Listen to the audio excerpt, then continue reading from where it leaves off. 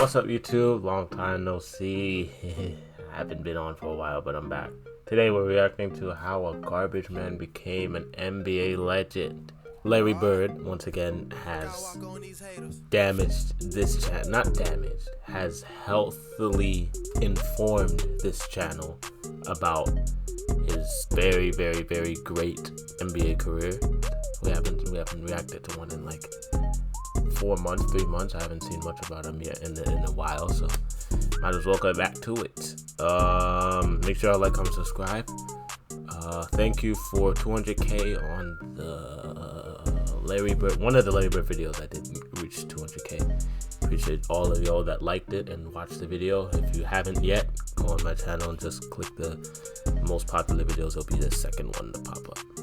But yeah, let's get into this one. How garbage man became an NBA legend. From never achieving anything in basketball, because back in the 70s, Bird was working as a garbage man in French Lick, Indiana, and he never wanted to become an NBA player. I thought I'd wind up being a construction worker, pouring concrete. As far as basketball goes, I just wanted to be the best player on my high school team. However, thanks to some luck and a coach who refused to give up on him along the way, the world was able to experience the basketball genius of Larry Bird. Bird would go on to become the best shooter of his era, an underrated defender, and one of the greatest rebounders ever at his position, all while being one of the best trash talkers in NBA history. He just shook his head at me. He said, man, it's going to be a up night for you. Pat Riley once said that if he had to choose a player to take a shot to save a... I don't know what other NBA players trash talk like him.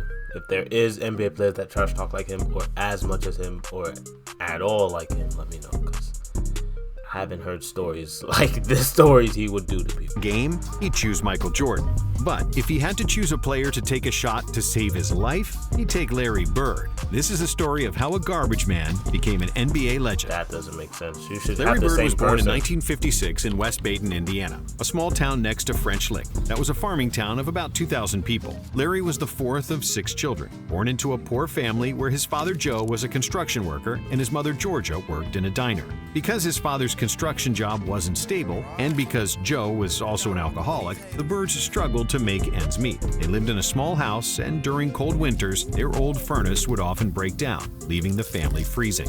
Due to financial difficulties, Larry would often be sent to live with his grandmother in French Lick, and being poor weighed on Larry a lot. And he always said that poverty was his biggest motivator in life. As growing up, you don't realize that you don't have anything because you never had it in the first place. You know, making some money and looking back, I remember all of it, and I don't want to be like that again. But his saving grace was playing sports. Sports was a big part of our lives every day. There was never a day we didn't do something, whether it was baseball, basketball, or football. His older brothers were pretty good basketball players, and they were the reason that Larry picked up the sport, and for his competitiveness on the court. Younger brothers often make the best ball players. Children who grow up chasing older siblings play up, and it's an advantage when they start playing against kids their own age. Larry was about 13 years old, 6 feet, and 130 pounds when his father promised him $20 if he made the freshman team in high school. Back then, $20 to Larry was probably what $1 million is to him now, maybe even more. So he kept practicing really hard. And to his amazement, Larry realized he loved playing ball more than anything else. What was Larry Bird's salary? I never, it's a weird question that I never found out. I never knew. What was Larry Bird's salary? It probably doesn't sound like a lot compared to what NBA players are making now. But I am curious. If you know it, please drop in the comments. In the world. I played when I was cold and my body was aching and I was so tired. I don't know why, I just kept playing and playing. I guess I always wanted to make the most out of it. And Larry did make the freshman team, albeit only as a bench warmer, since he only played in garbage time minutes. As a sophomore, he missed most of the year with an ankle injury, but that's when he got maybe the biggest life lesson from his father. I was 13 or 14 maybe, and my father came home with an ankle all black and blue and red. He needed me and my brother just to get his boot off, and he was in awful pain. But the next morning, we got the boot back on and he went to work. That really made an impression on me. We don't know if he broke it or he just hurt it, but couldn't get his boot on. We had to help him get his boot on and go to work. So to me, it would have been very easy to just say heck with it, but he knew he had to go. Some 20 years later, many fans marveled at Larry's ability to play through all types of injuries, and it all stemmed from seeing his father going to work, despite being barely able to walk. And while he was nursing his own ankle injury, still on crutches, Larry was shooting in the driveway every day, hitting 200 shots before school. Once his foot healed, At 13, at the ripe age of 13, he was hitting 200 shit before school, and his parents weren't saying, "Hey, go get ready for school." Nope, that brother was okay. He's dedicated. Toward the end of his sophomore year, the coach unexpectedly put him in the game, and that's when all his practice paid off. Well, my confidence came from me shooting basketball by myself for hours upon hours. I mean, it's not, I didn't pick up a ball on a Saturday and decide I was going to score 40 a game. I mean, that preparation came way before that. With a minute left in the game, Larry made the game-winning free throws, and for the first time ever, his name made the local paper. It was after that game that Bird started listening and applying everything his coach explained about basketball fundamentals, and Larry began practicing these skills to the point of obsession. When he returned for his junior season, Bird grew to 6'3", with refined dribbling skills and a knack for passing. Larry knew that senior teammate Steve Land would handle the scoring, 6'3" and that he'd help his team the most crazy. by being a passer, falling in love with the feeling he received any time he made a pass that led to a bucket. But his coach realized that Bird was only trying to dish the ball and threatened to glue him to the bench if he didn't start shooting. And Larry listened to him, becoming the second leading scorer on the team, averaging 16 points and 9 assists per game. At that point, Bird was a good high school player, but not a great one, as his junior season was the first year he played consistent minutes of organized basketball. So nobody could even imagine what would happen in Larry's senior year, when Bird transformed from a solid player to an absolute monster. A big part of that was his physical growth, because over the summer, Larry sprouted 4 inches, and at 6'7", he was now... He was 6'7" in high school. 6'7" in high school. Yo, I know that brother was. Yo. The tallest guy on the team, but also the best shooter, passer, and ball handler. Bird had also started weightlifting, and he came into his senior season at 185 pounds, 40 pounds up from his junior season. And in his first game of the season, Larry dominated with 27 points, 21 rebounds, and 7 assists. In the third game of the season, he broke the school's single-game scoring record, knocking down 43 points in a loss. But after the game, Larry had an epiphany, realizing he could score anytime he wanted to. Later that year, Larry dropped 55 points with 24 rebounds and 5 assists against Corydon. And in his last home game of the regular season, Bird collected 54 points, 38 rebounds, and 8 assists. Oh my, he's just stopped passing the ball. He just stopped passing the ball. You're telling me he had 38 rebounds and he couldn't even get 10 assists? So he was getting the rebounds, running down the court and just putting that ball up, but he was not passing. Yo. And this was all without a three-point shot. For the season, Larry averaged 31 points, 21 rebounds, and 4 assists per game, after which he accepted a scholarship to play for the famous Indiana Hoosiers and the great Bobby Knight. However, after just 4 weeks at Indiana University, Bird was miserable. He didn't have any money, he missed his family, and felt alienated and overwhelmed by big crowds. Financially, I couldn't stay. Okay. Reg, I just couldn't do it.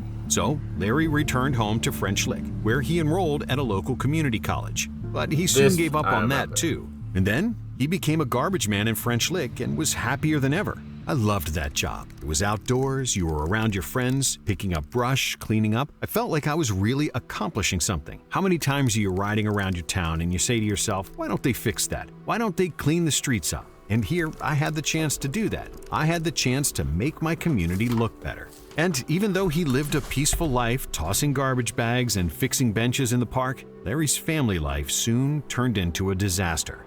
In 1975, when Bird was only 18 years old, his father committed suicide, and Larry was devastated. He chose the way he wanted to die, and he did it. And it's just unfortunately that some people have problems like that. But you know, I wish he was here, but he's not. So I had to go on with my life and try to make the most of my life. just like the rest of my family has, and that's the way we dealt with it. That's a scary thought process. If he was, no wonder he was successful. A lot of people would have just gave up right then and there. I'm cooked. I'm happy as a garbage man. My father died. I have nobody to impress anymore. Salute. Like, but that brother, wow. Okay, he used that and made diamonds, I guess. Joe Bird was divorced from Larry's mother at that point, with his PTSD and alcoholism as the main reason for their separation. Alimony payments and debts to creditors were mounting, and it was getting harder for Joe to find work. So he came to the conclusion that his family would be better served through life insurance money. Joe then called his ex-wife and told her she didn't need to worry about the debts anymore, and then he hung up and took his life. Growing up, Larry was best friends with his father. The two spent a lot of time together, and his death affected Larry deeply. Although he felt betrayed by his father's act, Larry once again respected his father's sacrifice for his loved ones, and that's the same attitude he always brought to the basketball court. During that period when he worked as a garbage man, Larry got married to a girl he'd known for years. But that marriage turned out to be a catastrophe. And just when they got divorced, he found out that his now ex-wife was pregnant, and she prohibited Larry from having anything to do with the baby. So, between 1975 and 1976, a still teenage Larry Bird quit 2 colleges, lost his dad, and suffered through a messy divorce. And had a child on the way. Yo, why did the documentary go over this? Yeah. Okay, this is, okay. So he had, do we know where this child is right now? Probably not, because if Larry got disconnected from that woman completely, then he probably doesn't have any relations with them, but wow. Who knows how his life would have... That is tough, and he was a happy garbage man. So I am very surprised that he took the NBA path after all of this. You would just think he's just gonna, dang it, my life could have been something.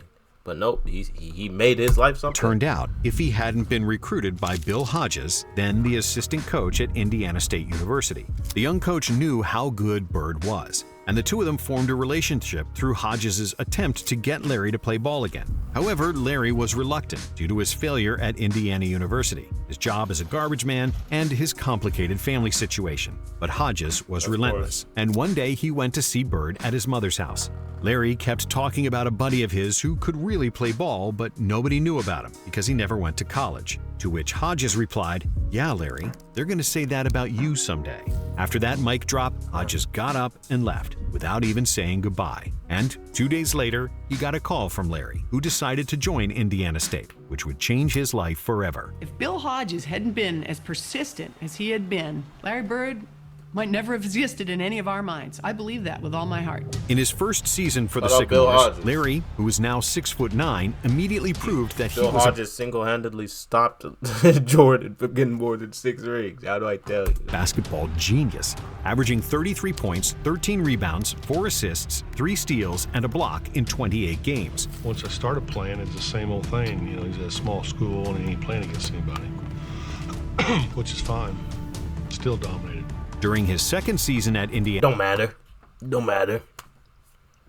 State, Bird averaged 30, 11, and 4, and was voted a consensus first-team All-American. Larry intended to return to Indiana State for his senior season, and the NBA rules at the time stated that players must spend 4 years in college to be eligible for the NBA draft. So in 1978, nobody in the NBA was thinking about Larry Bird, except for Red Auerbach, the general manager of the Boston Celtics. Auerbach didn't think that he could find a superstar in the 1978 draft, and he believed that Bird was going to be the first pick in '79, and that the Celtics wouldn't be able to get him then. However, because Bird enrolled at Indiana in 1974, but dropped out only a few weeks into his first semester, by technicality, he was eligible to get drafted. Still, drafting him was very risky because Larry could re-enter the draft after his senior season, but Auerbach was willing to gamble, and with the 6th pick in the 1978 draft, the Celtics picked Bird, which was a shock to the rest of the NBA. Number 6. I just think that Red took a gamble because he had the 6th and the 8th pick that year. He wanted me. And why didn't he wait to the 8th pick? You know, why did he take me the 6th pick? But what happened in the 1979 NCAA season was maybe even more shocking. Bird led the Sycamores to an undefeated season and made it all the way to the national championship against Michigan State and their star point guard, Magic Johnson. Indiana State won 33 games in a row leading to the finals, and Bird was especially inspired in the Final Four against the second-seeded DePaul, finishing the game with 35 points, 16 rebounds, and 9 assists, shooting 16 for 19 from the field. Wow. However, in the national championship game, he ran into a better team. Michigan State was much more athletic, and they kept trapping Bird, forcing him to take tough shots. Magic and Michigan State won the title, beating Indiana State 75-64, with Larry hitting just 7 of 21 shots for 19 points. Due to the hype created by Bird and Magic, the 1979 NCAA Finals game achieved the highest ever television rating for a college basketball game, and with 35 million viewers, that record still stands today. However, after the college season ended, Bird still had a big decision to make, whether to stay with the Celtics or re-enter the draft. He first visited Boston on April 6, 1979, where he, Red Auerbach, and Larry's agent discussed Bird's contract. They finally settled on a $650,000 a year deal, which made Bird the highest paid rookie ever. But Bird felt no pressure. If I fail, I fail. I failed classes before, I know the feeling. And when the season started, Larry did the furthest thing from failing. The Celtics went from a 29-53 record in 1979 to 61-21 in 1980, and the best record in the NBA. And I think it took me Wait, how many years it took him? Failing. The Celtics went from a 29-53 record in 1979 to 61-21 in 1980, and the best record in the NBA. And I think it took me probably 3 days after I thought he was going to say like 1979, this league is nothing. 1980 I can play in this league and I will dominate in this league. With averages of 21.3 points, 10.4 rebounds, 4.5 assists, and 1.7 steals per game for the season, Larry was selected to the All-Star team, made the first-team All-NBA, finished 4th in MVP voting, and won Rookie of the Year over Magic Johnson. But in the Eastern Conference Finals, Julius Erving's 76ers proved to be too tough, and the Sixers spoiled a championship meeting between Bird and Magic. And then, in the 1981 season, it was Magic who failed to reach the finals against Bird. With the addition of Kevin McHale and Robert Parrish, who came in a trade dubbed the Steal of the Century, the Celtics assembled arguably the greatest front court in NBA history. The one thing that we did my second year, we picked up Robert Parrish and Kevin McHale. Now, we didn't know how they was going to fit in, but they fit in very nicely. And Boston won 62 games in the regular season. Bird finished runner-up for the MVP behind Dr. J, and in the playoffs, the C's swept Chicago, then avenged the loss to the Sixers in one of the most thrilling series ever. That's a 5 of 7 games decided on the final possession. And after they won Game 7 by 1 point, Boston faced the Houston Rockets in the NBA Finals. Bird didn't have a great shooting series, hitting just 42% of his shots and averaging 15 points per game. But he also averaged 15 rebounds, 7 assists, and 2 steals, winning his first NBA championship in just his second season in the league. Cedric Maxwell was named the Finals MVP because he averaged more points than Larry, but there was no doubt who was the best player on the Celtics. After we won the championship in '81, I feel like we had a good enough team where we could start a destiny and win a lot of championships. In the next 2 years, Bird's numbers continued to rise, and he finished second in MVP voting in both seasons. In 1983, he was third in voting for Defensive Player of the Year, despite his reputation as a slow-footed, unathletic player.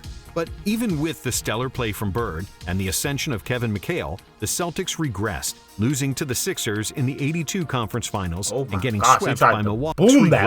Losing to the Sixers in the '82 Conference Finals and getting swept by Milwaukee in '83. With a bitter taste of disappointment after that loss, Coach Fitch resigned and was replaced by K.C. Jones, an 8-time champion as a player from the Bill Russell era. And with the new coach, the addition of a great shooter in Danny Ainge and stellar defense from a veteran point guard Dennis Johnson, the Celtics were on the rise. In 1984, Bird averaged forged career highs in scoring and assists, with 24.2 points and 6.6 dimes per game, along with 10 rebounds. Larry also led the league in free throw percentage. He made the all-defense second team, and after finishing second in MVP voting for 3 consecutive years, Bird was finally named the league MVP. In the playoffs, Bird was playing the best basketball of his career, shooting over 50% in every playoff series, seamlessly dropping 30-point games and double-digit assists. After they got past Washington and New York, the Celtics dropped the Bucks in 5 games to avenge the loss from the previous season and make another. The Celtics dropped the Bucks in 5 games to avenge the loss from the previous season and make another NBA Finals against Bird's oldest foe, Magic Johnson. Playing against Magic, yeah, that was something that I always dreamed about since he beat us in college. In a hard-fought series, it took 7 games to decide a winner. And in the final game of the season, both teams struggled with their shot, including Larry and Magic. I can remember we didn't shoot the ball extremely well, but we played hard. We got all the loose balls. We did the things that was necessary for us to win. But the Celtics were more poised down the stretch, winning 111-102 to secure another championship parade in Boston. And with 27 points, 14 rebounds, 4 assists, and 2 steals per game, Bird was named the Finals MVP. In the following season, Bird was again named league MVP, and the Celtics faced the Lakers in the finals once more. But this time, it was Magic and the Lakers who came out on top, with Kareem winning the Finals MVP. For the '86 season, the Celtics traded Cedric Maxwell for Bill Walton, a former MVP center who was struggling to stay healthy. But the gamble paid off, and Walton shined in his role as a sixth man, as the Celtics played one of the best seasons in franchise history. They finished with 67 wins and 15 losses, and including the playoffs, they lost just 1 game in the Boston Garden, going 50-1 at home for the season. This Celtics team, I got over a lot of teams right now in the league. I got this team over a lot of teams. Might be a hot take. That might be a dumb take, but I'm being. If this team played in this era and adapted, Larry Bird would have been, half court, in your face, pow, boom, doing all type of animations, bro. I wish refs weren't soft, because if we had Larry Bird trash talking in this era, oh my gosh, it would be over. Because we got, oh my gosh, Dylan Brooks slammed somebody or pushed a guy. Oh, he's a villain. This guy right here, if y'all are saying Dylan Brooks is a villain, I don't know what he is. He got to be some type of Larry was at his absolute basketball peak, averaging 26, 10, and 7, with 2 steals and near 50, 40, 90 shooting. During a long regular season, Larry would often get bored and had to find extra challenges to motivate himself. But I got bored in that era. Imagine getting bored in this. He goes start pulling it from half court. Oh my God. Against Portland in February, Bird surprised his teammates and journalists by saying that he would play the whole game with his left hand. And despite barely touching the ball with his right, Larry finished with 47 points, 14 rebounds, and 11 assists, including a game-tying shot in regulation and a game winner in overtime. If I remember the game correctly, they were forcing me left to help. And they wasn't getting there quick enough, so I had shots around 5-6 foot with my left hand. I felt more comfortable. That's literally like what they were doing to Harden when he was averaging 40. They were forcing that by their left. So crazy. It wasn't right. I can't remember. But they were forcing that by their, and they were playing behind him to the right, all type of stuff. Left hand there, I did my right. Then once I got started making a few, I just kept going. It was one of the greatest games of his career, on par with his career-high 60 points from the 1985 season against Atlanta. Larry was hitting jumpers left and right from impossible angles, getting into such a zone that the Hawks bench even jumped out of their chairs and cheered for him, which got them fined by their coach. The announcer let me know every time I scored. So he'd go 48, 50, 52, and when it got to that with like 3 or 4 minutes to go, I thought I might as well go ahead and try to get 60, and that's what I did. Then in 1986, Bird received 73 out of 78 first-place votes for the MVP award, becoming just the third player to win MVP 3 years in a row. Only 2 other players won the regular season MVP award 3 consecutive times, as Bird did, Bill Russell and Wilt Chamberlain. And in the 1986 playoffs, the Celtics steamrolled through the East, sweeping Jordan and the Bulls, defeating Dominique and the Hawks. Sweeping the Jordan and the Bulls. No. I need him to say that one more time. The Celtics steamrolled through the East, sweeping Jordan and the Bulls.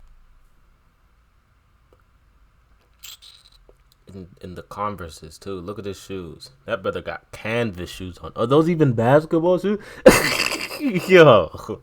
Defeating Dominique and the Hawks in 5, and then swept the Bucks to reach their 3rd straight NBA Finals, this time against the Houston Rockets. And while the Houston's twin towers of Ralph Sampson and Hakeem Olajuwon provided a bigger challenge for the Celtics, there was nobody who could stop Larry. Hey. With 24 points, 9.7 rebounds, and 9.5 assists, Larry was 2 rebounds and 3 assists shy from... That's Curry-esque. It's just a little slower. You see how he's just running to the three-point line with his head down? He's just making sure he's behind the line. He doesn't care where the rim is, what part of the court he's on. He's just making sure he's behind the line and just pulling it. That is 9.5 assists. He does Larry that in this was 2 era. rebounds It's and normal. 3 assists shy from averaging a triple-double in the finals, winning another Finals MVP as the Celtics won the title in 6 games. In 1987, Bird became the first player to shoot 50-40-90 for the season, averaging 28 points, 9 rebounds, and 8 assists per game. But while Larry was still on top, the Celtics regressed. Before the season, their number 2 overall pick, Len Bias, tragically passed away after the draft, and they suffered many injuries during the season and the playoffs. I was the healthiest one on the roster. That's not saying much. I felt pretty good. I know Robert had ankle injuries, and Kevin broke his foot. Danny had a hip problem. And just to get to the finals, it made us feel good. Still, they had Larry, who pushed the C's to their 4th consecutive finals after one of the most legendary moments of his career, when he stole the ball from Isaiah Thomas in Game 5 of the Eastern Finals. And it was like in slow motion. It was like the ball like goes up in the air. I didn't even see him. Now there's a steal by Bird underneath the DJ. And in the finals, once again, it was Boston versus LA for the 3rd time in 4 years. But this time, the Lakers were healthier and better rested, and the Celtics didn't have enough gas in the tank to stop the fast-paced showtime. Bird delivered another 24, 10, and 5 for the series, but it wasn't good enough, as Magic got the best of him once again. The next year, Bird had the best statistical season of his career. He averaged 30 points, 9 rebounds, and 6 assists, again shooting 50-40-90 for the season, and proving that he was the best shooter who ever played at the time. Unfortunately for Larry and the Celtics, they lost in the conference finals against Detroit. And the 1988 season proved to be the last hurrah for the Celtics' big 3 of Bird, McHale, and Parrish in terms of contending for a title. Bird missed almost the entire 1989 season due to a persisting back injury and multiple surgeries to remove bone spurs from his ankles. He originally injured his back in the 85 offseason after deciding to build the driveway of his mother's home himself. Larry decides to do it himself. This is Larry Bird, the superstar, out there breaking his back, literally shoveling gravel. He spent all day shoveling gravel and ended up hurting his back and causing his spine to get misaligned. He had lost the structural stability in his spine, so it would slip into abnormal positions to try and lock itself to get an artificial stability. That's like getting your finger stuck in a door and somebody's still pushing on the door. Bird was a millionaire, and he could have easily paid someone else to do it. But Larry enjoyed manual labor, and he wanted to help his mother with his own hands. And paying people for something he could do himself simply wasn't Larry's style. I really don't need anyone to build my ego. When I'm home in Boston, I want to go out and eat, pay my bill, and get the hell out. Back in French Lick, I don't have those problems, and that's why I go back there. It's the same with nice cars, Mercedes and all that. I can't see putting $50,000 or $60,000 into a car when our house growing up was worth $10,000. He sounds like Jokic at his horses. That's exactly what he sounds like. I just can't buy that. And clothes never did catch my eye. I never really enjoyed them. I always wore what I felt comfortable in. I'll wear pretty much anything if I get it for free. And because of his back injury, Larry probably should have retired in '88. But that memory of when he was 14 years old and his father went to work with a foot that was 50 shades of purple stuck with him, and Larry kept playing through the pain. But to me, I was just so glad I got the NBA and made it. I didn't want some little injury messing up my whole season, so I tried to play through a lot of them. From 1988 onward, Bird had to have his spine realigned before games just to be able to participate. The injury was so severe that he often had to lie down for hours at a time, either between games or sometimes even during games, spending up to 4 hours a day stretching. And even though he could barely walk, Larry still averaged 21, 9, and 7 in the last 3 seasons of his career. They called him Larry the Legend because of his dominance on the court, the extreme confidence he exuded, and the trash talking he served on a daily basis, and asking other participants which one of you is going to come in second. Everybody's looking at me, I go, who's coming in second? And nobody said a word. I thought maybe they thought I was joking, but maybe they thought I was serious. But, well, then I had to go out and win it. But truthfully, I meant it. I mean, I knew I was probably going to win the contest. And then defeating them without ever taking off his jacket, legendary. Telling players that he was going to get the ball, how many dribbles he was going to take, and then doing exactly that. Every time I hear this, that's Thinking so a jumper wild. in their face, legendary. Every time he was about to make a move, he told him what he was going to do. One dribble, pull up, going left, off glass. Fuck it. And did you know Bird played the entirety of his career with a dislocated finger? His right index finger got badly hurt during his last season at Indiana State. But like always, Larry just pulled the finger, put it back in place, and kept playing through the pain. Okay, Bird I had didn't to know slightly change his shooting stroke because of that finger, and he swears he was a better shooter in college than in the NBA. And the numbers support this theory, as he shot 53% in college compared to 49.6% in the pros. And despite his reputation of being a trash-talking jerk, as well as getting into a few fights on and off from the field in the league, that's off the court, people who know Larry will tell you that he was an even better person than he was a player. When the Celtics won the title in 1984, Bird approached Red Auerbach and said, "I'd like to buy a championship ring for Walter," an old equipment manager and sometime trainer who died in 1985. No other player ever thought of that, Auerbach said. And in a 1985 game against the Utah Jazz, when he was just one steal away from recording a quadruple-double, something that only Nate Thurmond had achieved up to that point, Larry instead chose to stay on the bench, saying that he already did enough damage. Getting a quadruple-double meant nothing to me. I mean, really, you go into a game and when you're up by 25, 30 points, just for a steal, makes no sense to me. Yeah. I did enough damage already. And that's the perfect example of the duality of Larry Bird. On one hand, he was an uber-confident SOB that would destroy your soul on the court, but he was also a modest country boy who used to pick up garbage in French Lick and felt it was immoral to buy a Mercedes. Well, like I said, when I grew up, I never went away from French Lick, so this is all I really knew. It's not that I think this is the greatest town in the world, but it's my hometown. This is where my family and friends are, so it's important to me. Thanks for watching. And if you like this video, good video. I thought I knew everything about Bird, but apparently not. Yeah, dislocated finger his whole career. Averaged 50% in the league. Crazy stuff. I don't know if or when y'all are gonna stop asking about Larry Bird videos. So if there are that are still out there, if you want me to, I will react to them. I did the documentary already. I did 2 mixtapes. There might be something out there. I just found this on my homepage, so if there's more stuff, let me know. Like, comment, subscribe, and I'll see you on the next video. Press the like button.